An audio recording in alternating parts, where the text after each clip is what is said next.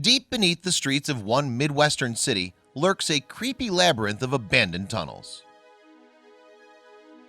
Like an opening to a nightmarish underworld, the portal is steeped in filth and blackness. Beyond it lies a subterranean network of dank and dismal tunnels, sprawling for miles beneath this famous American city. Would you dare to go wandering in this grim urban labyrinth? Abandoned for almost a century, the tunnels are rarely visited, let alone documented. Indeed, only vagrants, vandals, and urban explorers care to venture inside. That said, it looks relatively simple to get in. From the cavernous mouth at the surface, a flight of steps leads down into darkness. Once inside, the tunnels extend ahead of you for 2 miles beneath the city's downtown area. At average walking speeds, you might traverse them in just under an hour. That is, if you're lucky enough not to get lost. But with little to distinguish the uniformly bleak concrete passageways, one could easily become disoriented in the echoes and blackness. That said, there's much more to this hidden underworld than mere empty tunnels.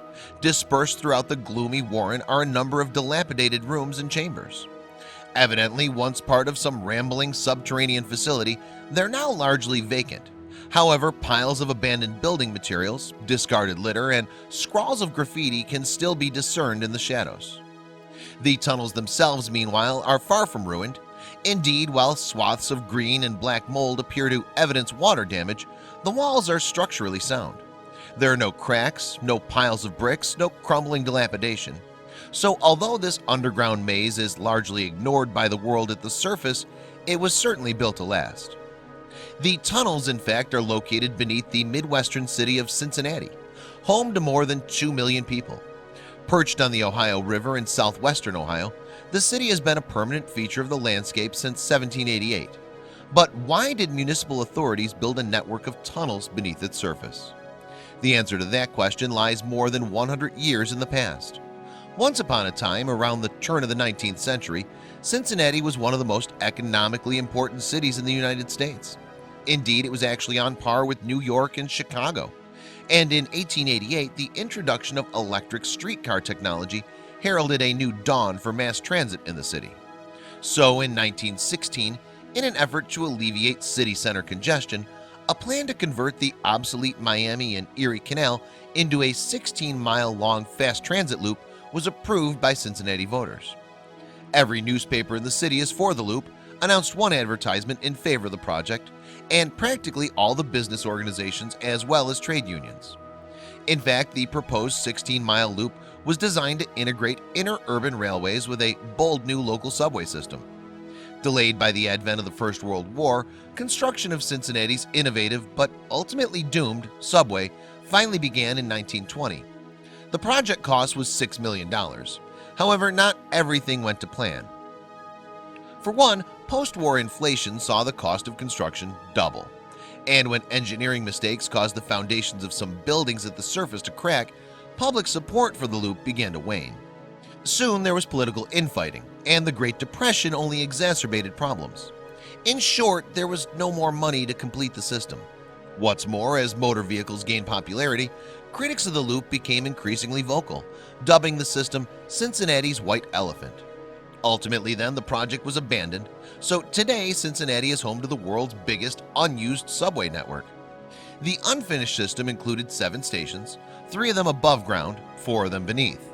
However, by the 1960s, the age of the automobile was in full swing and the city's streetcar system had been decommissioned. Meanwhile, the 3 metro stations above ground were demolished to make space for the I-75 freeway. Underground, however, 4 stations have survived in varying states of disrepair. One of them is Race Street Station.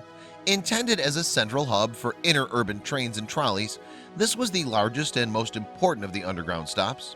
Here it's possible to see a central platform island flanked by parallel tracks. However, nothing beats Liberty Street Station for sheer intrigue. In the 1980s, engineering student Paul Koenig was exploring the station when he stumbled upon a nuclear bunker. Describing his experience to the Atlas Obscura website in 2016, he claimed to have seen stocks of ready-to-eat meals, barrels of water, bunk beds, and decontamination showers. Whether or not the tunnels are deep enough to withstand a nuclear blast is debatable, but it is apparent that they are in good shape.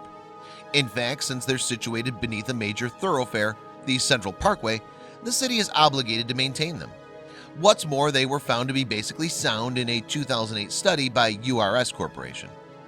As such, over the years there have been a number of ideas and proposals for utilizing the subway, though perhaps none as outlandish as transforming it into a nuclear bunker.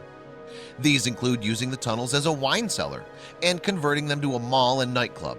In fact, Hollywood has occasionally used the subway as a film set, perhaps most notably in Batman Forever. In 2002, meanwhile, a plan called Metro Moves proposed a radical overhaul of the city's rail transit systems. However, voters rejected the proposal by 2-1.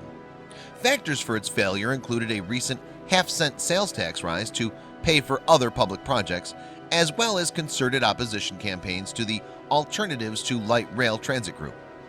Nevertheless, after much political wrangling, the city did launch a new streetcar system in September of 2016.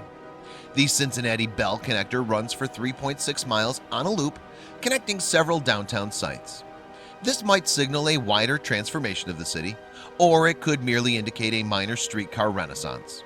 But whether or not the subway ever finds a purpose, the problem of congestion in Cincinnati remains real and unresolved. Indeed, with the I-75 and I-71 often jammed with vehicles, the commute from the suburbs to the city center can take more than an hour. To date, Cincinnati is one of the largest cities in the United States without a functioning mass transit rail system. Furthermore, cleaner air and faster travel are not the only benefits of a functioning subway. One likely upshot of reviving the project would be the revitalization of neglected neighborhoods. However, there are no approved plans to renovate the tunnels. For now, the unfinished subway beneath Cincinnati remains an urban curiosity.